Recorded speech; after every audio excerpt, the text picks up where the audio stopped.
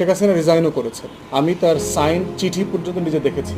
কয়েকজন সাংবাদিককে জিজ্ঞেস করেছি, ওনারা সত্যতা স্বীকার করেছেন এটা। এত কিছুর পরেও যদি কারো মধ্যে ন্যূনতম সন্দেহ থাকে যে শেখ হাসিনার স্ট্যাটাস কি, সেটা তাদের রিভাইজ করতে হবে। আমাদের বক্তব্য খুব পরিষ্কার। পৃথিবীতে বহু স্বৈরশাসক রেজিগনেশন করার সময় পান নাই। পৃথিবীর বহু স্বৈরশাসককে রাজপ্রাসাদে ধরে গাছের সাথে ঝুলায়, পিলারের সাথে ঝুলায়, গুলি করে গিলোটিনে মেরে ফেলা হয়েছে। গণহত্যার বিরুদ্ধে, মানবতা বিরোধী অপরাধ যেগুলো হয়েছে সেগুলোর বিষয়ে তাকে তো আমাদের জেরা করবার জন্য, প্রশ্ন করবার জন্য আদালতের সামনে উপস্থিত করতে হবে। তো ওই জন্য উনি যদি চট করে আসতে চায়, চট করে আসবে, উনি আবার চট করে কাশিমপুরে চলে যাবে, চট করে কেরানীগঞ্জে চলে যাবে, এটা ওনার রাইট আছে, কোনো সমস্যা নাই।